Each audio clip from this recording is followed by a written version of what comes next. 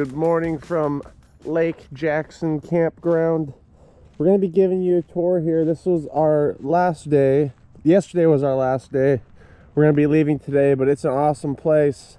It's one of the best campgrounds we've found, and we've been to a lot of them. I would say best sunrises and sunsets in Alabama. You might say that.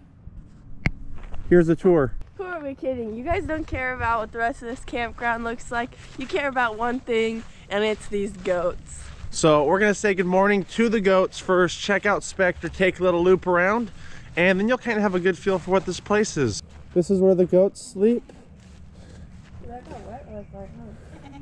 And they're a pretty friendly bunch. They can get a little aggressive if you are trying to lure them in for a picture.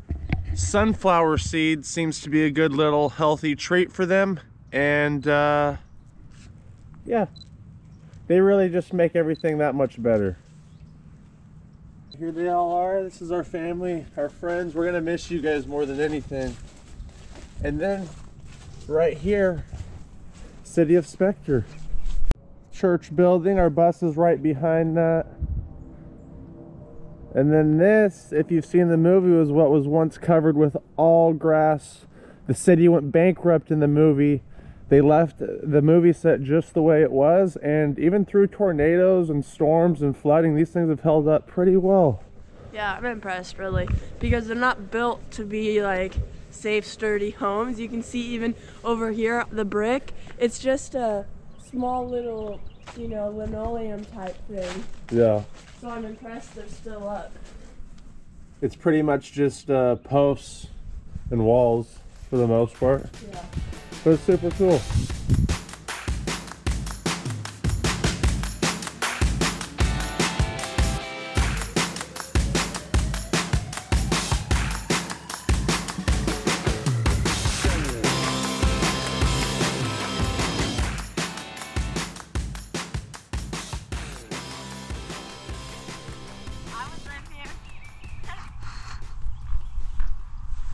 And this is probably like the best spot of the town. It's got the shoe, what do you call that, a shoe wire? Yeah, where they'd all throw their shoes because no one wore their shoes here. And looks like other people have thrown their shoes up there. They've got the welcome sign. And then check this out over here. These are the two artificial trees that they made. They go into the dark forest. They said there used to be a whole bunch more because, you know, the dark forest is also obviously very elaborate, but they just left two. Well, they said they took down hundreds, right? Yeah. Imagine walking through here into the dark forest and there's these things littered everywhere out here. So cool. Check this out. They put this here. There's also another one on the other side of the island. We'll show you where they had one of the old houses that was up on the water. Jenny's house. Jenny's house. But yeah, there's little information scattered along for you to read. Here we are. Now the other thing that's super cool here is like this whole island. You can just walk around. There's picnic tables, there's benches. He even used to have a tree fort over here, which got wiped out by a tornado about 3-4 months ago. I don't know how it is in the summer, but in the winter, there have been very few people out here. There is an RV parking versus the primitive parking. And the RV which we can probably show them on the way out. Yeah, and the RV parking is on the other side, and the primitive's over here. But if you can do primitive, I highly suggest doing it. Yeah, there's no one over here, and then, you know, it's January, but it's off season. Yeah. Even during the daytime, there was maybe 10 visitors, yeah, if bad. that. This is the area. Once we crossed over the kind of causeway deal to get to the island, we met with the owner. We believe the owner. Super nice guy. All you gotta do is give him a phone call. He'll help you out. Their RV spots were full. He offered us this spot, which had an electrical hookup.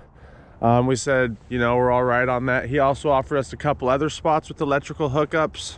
Yeah, so even on the primitive side, you can do electrical and water hookup if you want. But it's super easy going here, and it's just like the Big Fish movie. Also, is that water we can use? There used to be a tree house right here, but about 3 months ago there was a tornado and it came through, knocked it down, and made this pavilion go flat.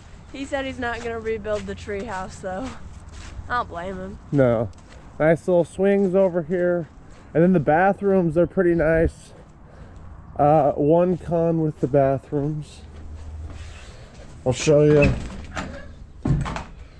Super nice. They've even got a shower. One con is the water hasn't been working. So but that could just be because it's winter. That could be true. Moving on. And this is our last stop on the island before returning back to our camp. This is the home of Jenny. Yes, and Tim Burton had the movie, or had the house over here built on stilts so that when the giant pushes the house up, it's easy to do so. And you can see that here, it's cool. Also, look at, I mean, it's just beautiful out here and there's nobody out here. But, again, another little sign to read. But here's where they had a home at one point up here on stilts and up here on top of the water. But obviously, like we said, with flooding, a lot of flooding here and tornadoes, the house is no longer, but we still got some of the pillars. And you can only imagine what filming the movie was like. Well, we hope you guys enjoyed the tour. We'll show you the little causeway on the way out. We'll get Grace on the GoPro so you guys can kind of see what the other part of the actual RV park is. If you are interested, we know not everyone's going to want to do primitive camping. It is $15 per person per night. But $30 per night. And he would have been willing to give you a hookup on the other side if it were there. Yeah. Very reasonable, especially for being at a spot where there was a movie set, especially just for the area itself. We are leaving our part of the island. As you can see, there's water. This thing was covered up. It gets covered up often. Often, whenever there's large amounts of rain. So there haven't been people over there for a while. They were taking care of the goats with the boat to get over there, but this is going to take us back over to the RV side of things, and then we'll be out of here.